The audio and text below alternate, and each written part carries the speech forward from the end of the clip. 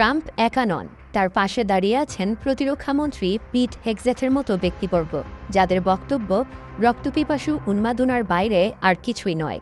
Pentagon থেকে মৃত্যু আর ধ্বংসের আদেশ দেওয়াকে তারা উৎসব হিসেবে উদযাপন করছেন। হেগজেথ এই সম্ভাব্য হামলাকে দেখছেন ২১ শতকের ক্রুসেড হিসেবে। তাদের এই অপারেশন এপিক ফিউরির লক্ষ্য হল তথাকথিত অধার্মিকদের ধ্বংস করা। ইতিহাস সাক্ষী, যখনই কোনো পরাশক্তি নিজেকে আইনের ঊর্ধ্বে মনে করে ধর্মীয় উন্মাদনা ছড়িয়েছে, তখনই পতন ত্বরান্বিত হয়েছে। যুক্তরাষ্ট্রের স্বাধীনতা ঘোষণার ২৫০তম বার্ষিকীর প্রাক্কালে এ ধরনের উগ্রবাদী ভাষা দেশটির বৈশ্বিক সুনামকে আজ মাটির নিচে মিশিয়ে দিচ্ছে।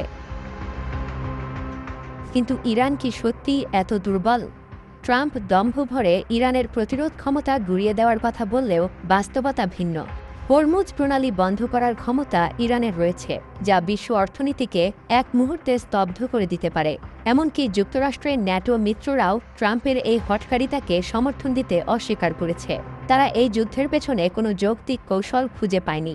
মজার ব্যাপার হলো, একদিকে ট্রাম্প যুদ্ধের হুমকি দিচ্ছেন, অন্যদিকে বলছেন যুদ্ধবিরতির ভালো সম্ভাবনা আছে।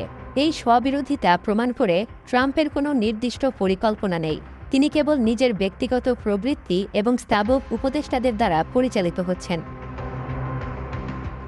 বিশ্বের ভাগ্য আজ এমন একজন মানুষের খামখেয়ালিপনার ওপর নির্ভর করছে, যার কাছে আন্তর্জাতিক আইন কেবল এক টুকরো কাগজ। দ্য গার্ডিয়ানের বিশ্লেষণ আমাদের চোখে আঙুল দিয়ে দেখিয়ে দিচ্ছে যে ট্রাম্পের এই আস্ফালন আসলে তার পরাজয়ের ভয়।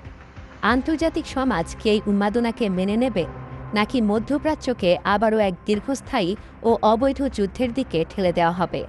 ট্রাম্পের এই তথাকথিত পাওয়ার প্ল্যান্ট ডে কি শেষ পর্যন্ত তার নিজের ক্যারিয়ারের সূর্যাস্ত ডেকে আনবে?